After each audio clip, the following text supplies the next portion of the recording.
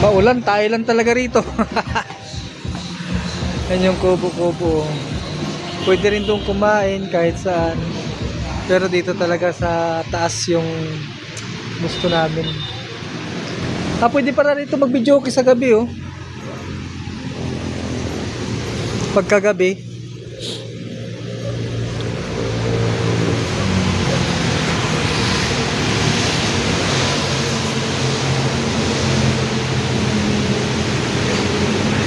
Ito, oh. Ito yung mga nilalagyan ng salamin, oh. Binubuhusan ng salamin, mga ganitong lamesa. Magandang. So magkaano kaya ang isa nitong lamesa na to? Mahal, no? Mahal yung mga ganito. Kasi buo, eh. Buo. Hindi, nara yan.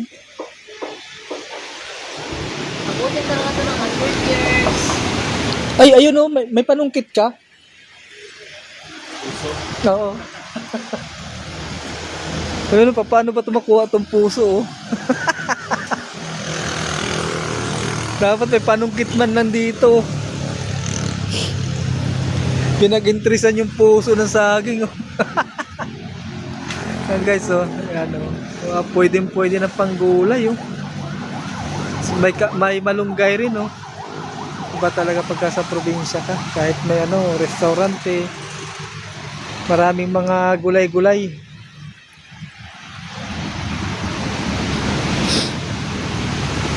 Iuwi natin yung puso ng saging. Sabihin natin sa staff. Ay, ito.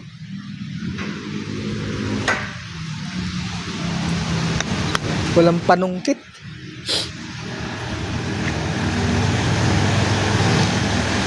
Yung sana yung sa may barko-barko, eh, oh.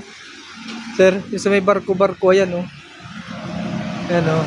Kaso may may kumakain dyan, eh. Maganda rin dyan, eh. Ayan, oh. Maganda yung place na yan.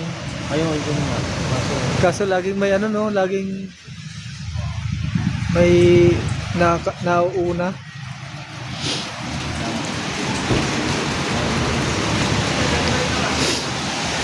Yan, tapos yan, highway na yan guys. Yan, kung mapapansin nyo, highway na lang. Dito yung malapit yung nag-road range. Halos magkalapit lang dito. Doon na tayo sa akyat sa unahan.